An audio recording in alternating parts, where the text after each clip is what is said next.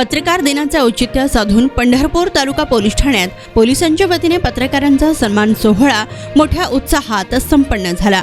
पंढरपूर तालुका police ठाण्याचे police निरीक्षक तैयब मुजावर यांच्या संकल्पनेतून पार पडलेल्या या सन्मान सोहळ्यात पंढरपूर शहर व तालुक्यातील अनेक पत्रकारांचा पुष्पगुच्छ, पेन व डायरी देऊन पोलीस प्रशासनाच्या हस्ते सन्मान करण्यात आला।